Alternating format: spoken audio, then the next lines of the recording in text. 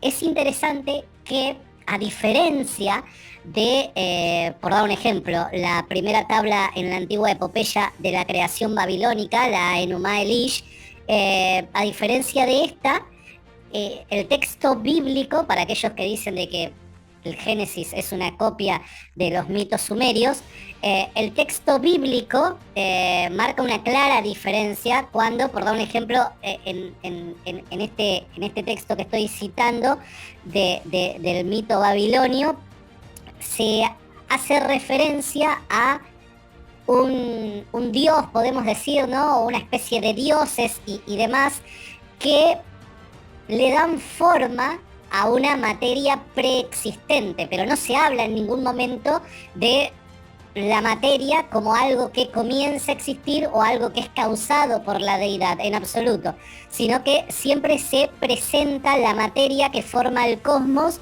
como algo preexistente, que la intervención divina es simplemente para ordenar esta materia preexistente, para darle forma y así poder conseguir el cosmos, llegar a ser el cosmos tal y como lo es, ¿no? A diferencia de ello, perdón, no sé ahí qué pasó. A diferencia de ello, la Biblia, el libro del Génesis, hace referencia de manera explícita a Dios creando el universo, ¿no?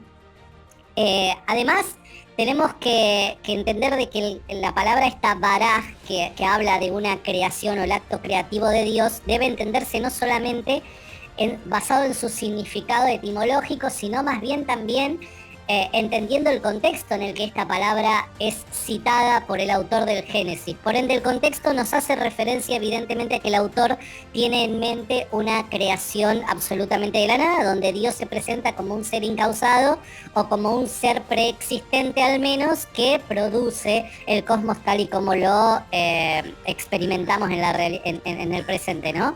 Y además, sin mencionar de que Dios crea todo por medio de su palabra. Esto deja en evidencia que Dios no utiliza materia preexistente, sino que los efectos de su hablar, de su dictamen, ¿no?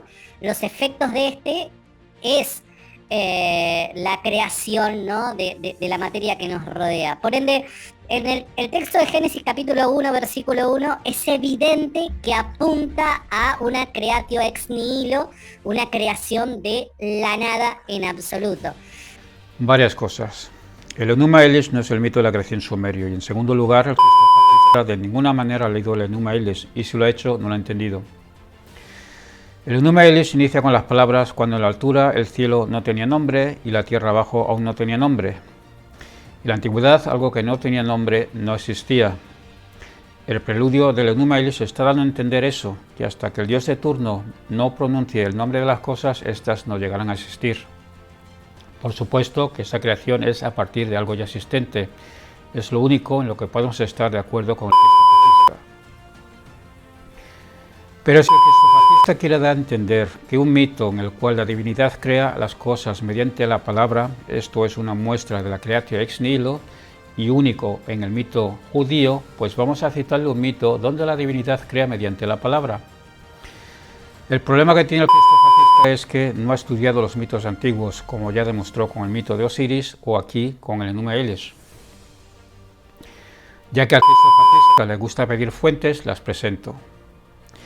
El mito está registrado en la piedra Shabaka, expuesta en el British Museum con el número de pieza 498.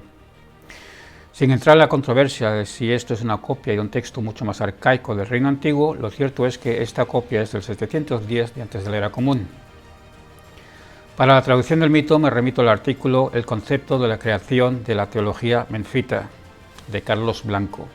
Artículo que apareció en la revista Estudios Bíblicos, volumen 64, año 2006.